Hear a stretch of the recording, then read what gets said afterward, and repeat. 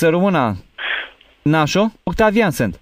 Salut, bă, băiatule, ce faci? Ce să fac, nașule? Uite, am ajuns și eu acasă și mi-a spus Ioana că de problema asta, că matali nu mai vrei ca să te mai prinzi naș la noi la nuntă și... Octavian, nu este o problemă mare pentru mine. Nici n-am avut posibilitatea să ne cunoaștem așa mai bine, deci mai mult fetele. N-am reușit să stăm la un pahar de vorbă, știi, sau un pahar de vin. Nașta făcea fitness, mă. Mare beleac, am avut acum vreo 3 zile. Am prins-o cu antrenorul de fitness.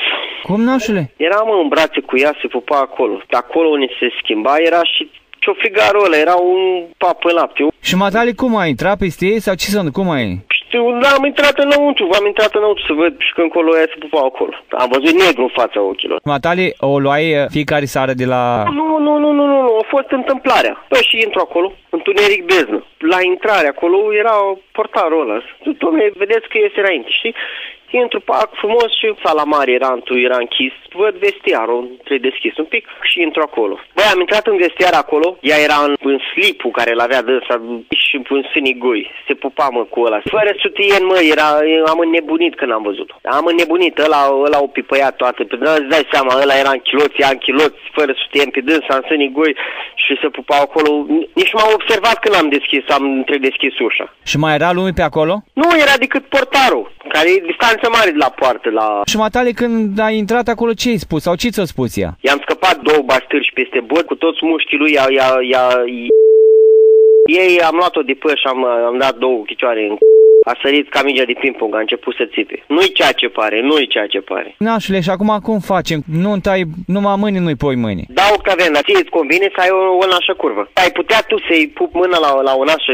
Am băgat o grămadă de bani în nunta asta și dacă nu se face nunta, îți dai seama, nașule, că e nasol. Bă, Octavian, dar înțelegi-mă și pe mine, mă. Eu am băgat o căruță de bani în fundul ei. Aur, parfumuri, 3 toalete, mă. 3 toalete am luat să se poată schimba madame. 3 toalete, vine să nebunesc. Nu, că arată în Spania la Sorsa, numai acolo își găsea bulendre. 3 rânduri de toalete. I-am luat bulendre de 1000 de euro. Ce ai luat, nașule? Bulendre. Ce salea?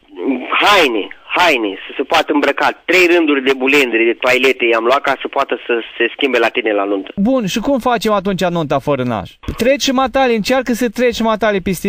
Chiar nu se poate deloc?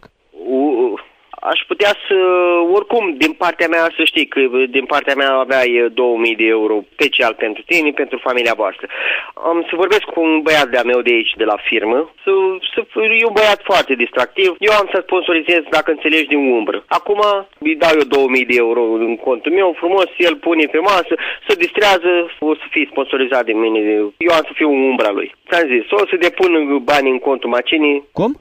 O să depună bani în contul macinii, așa. Dacă n-asta eu curv, eu n-am ce să-i fac. Am prins-o, gata. Și așa, văd că acum nu e acasă. O fi la măsă, dracu, să o iei. Și matale, acum ce faci? Te disparți din așa sau ce se faci? Cu Octavian n-am cum să mă despart, că doar ai văzut cum arăt, așa, cu burtă, mai o leacuță cât de chelie. N-am cum să mă despart de însă, că ea arată cum arată. Și apoi vezi tu, am băgat bănișorii ăștia în curul ei ca să ducă să falească cu altul, nu se poate așa ceva, știi? Și apoi o să mai țin așa în stres câte o perioadă. Vrei să dai divorț acum de ea? Nu dau niciun divorț, nimic. I-am să o țin așa în suspans vreo 2 luni de zile. Deja i-am închis dulapul cu bulendre, frumos, l-am închis, dacă și cred, e să ducă să falească pe care umblă dânsa să falească pe banii mei, că e mai mult casnic decât muncește și câștigă 10 milioane de lei și faci cu acele. Dar noi n-ajunge cu salariul acasă. I-am întrerupt și abonamentul la sala de fitness acolo. Telefonul gata, nu mai are abonament, l-am sistat, l-am blocat, are numai cartelă, fără minute incluse, deci numai să poată să primească, fără să dea ei. Atât. Oricum nu se mai poate făli nicăieri. Eu nu dau divorț de el. Am să mai țin, am să o țin în suspans, încă vreo 2 luni de zile am să o țin în suspans. Bun, nașe, și în cazul ăsta, de ce nu vrei matale să vii naș? Nu se poate.